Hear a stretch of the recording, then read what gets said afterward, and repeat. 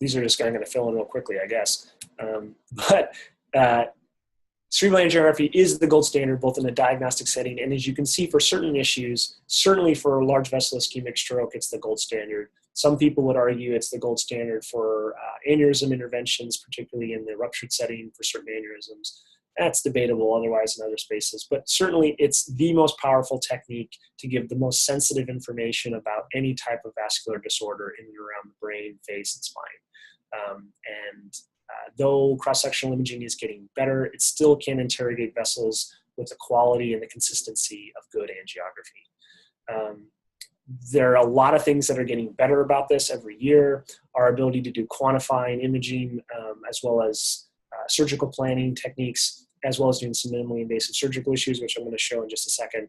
And then there are a bunch of next steps in terms of further quantitative imaging, being able to do virtual treatments.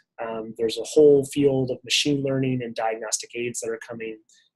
There's the combination of these types of suites with formal CT scanners and even MR systems, which I'm not going to get into.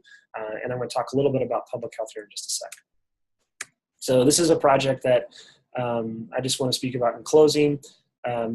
Just want to start with a case example. This is a patient that we saw at the county hospital who had a very large primary intraparenchymal hemorrhage. This is in an AP and coronal projection.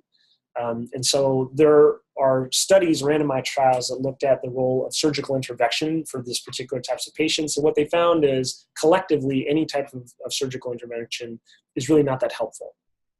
So if you have to do a craniotomy and to decompress these clots, ultimately that can lead to worse patient outcomes than if you just left them alone. If you look at the subset of patients within those trials that underwent a minimally invasive approach, meaning either through an endoscope or some other types of stereotactic resection or aspiration, those patients actually derive benefit. And that was the genesis behind what is a phase 3 trial now sponsored by the NIH, looking at the role of percutaneous catheter placement with infusion of thrombolytic to drain these hematomas. This is the MISTY trial. And so what we did is we used our angiography suite to essentially guide our placement of a catheter through the skull into that hematoma. And what you're seeing here, this is just a screen capture from the navigation software that we use, and this is just us placing a needle at the burr hole.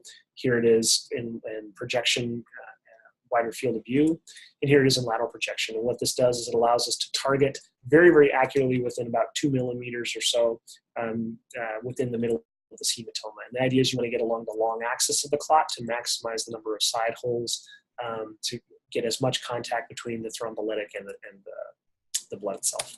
So this is what the catheter looks like as it first goes in. We aspirate some of the blood out, and that's why there's a little cavity around that.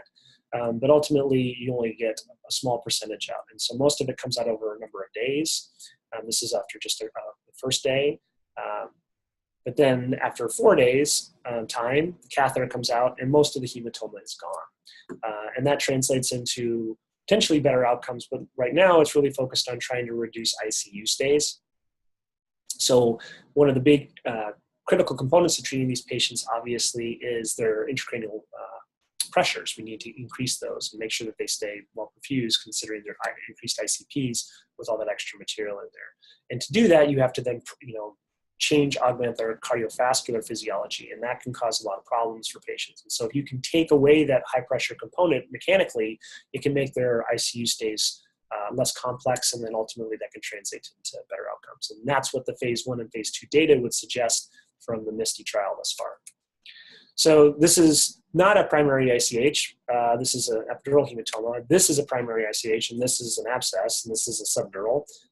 But I show these images because they were all derived using this single slice CT scanner at Kilimanjaro Christian Medical Center in Moshi, Tanzania. This is that hospital. This is the base of Kilimanjaro. And I worked there for about 6 weeks trying to do some education as it relates to interventional practice, teaching them some basics of ultrasound intervention. But in large part, they don't have any sort of like formal angiography or any sort of minimally invasive surgical practice. So why is advancing fluoroscopy in the developing world so compelling? Well, in part because it mimics a lot of the market forces that have taken place in the Western world. So there's been a huge impetus to try to reduce hospital stays for patients in any way we can. But one of the big ways is to just do less morbid surgeries. So if you can do a procedure instead of, doing a formal incision and drainage, you can do that all percutaneously. That can, potentially turn a patient from like a one-night stay into leaving in the same day. Or like in the case of aneurysms, for example, I can treat, an aneurysm in a vascular fashion and the patient can go home the next morning, as opposed to with a craniotomy, they might spend additional days. And there's evidence to back that up. In addition to that, ICU, as well as, in-house stays, in addition to cost, are not always available in a lot of parts of the developing world. And there's also, potentially infectious risks and whatnot. And so the idea is that if you can really translate these technologies into a more outpatient practice, that can translate into a lot of benefit for patients. There are clearly limitations. Energy is a big one. So these types of machines require very, very consistent power sources. And whether you have blackouts or brownouts in the developing world, all these types of equipment, we're going to need some sort of complex battery backup to ensure that they get a consistent, clean source of energy so that they can work. Maintenance is a huge thing. One of the things I found when I was in Tanzania was that there was no problem actually getting very expensive capital equipment. In fact, they were even looking into it and putting in an MR unit at that hospital. But the problem ultimately is that the maintenance contracts that are very expensive do not come with these very high-end pieces of equipment. And thus, once they break, I showed that CT scanner, it only worked for about 3 of the days that I was there for 6 weeks because it kept breaking. If you don't have those maintenance contracts in place, or you don't have people that are trained locally to fix those problems, ultimately you have a very expensive paperweight, and that's a problem.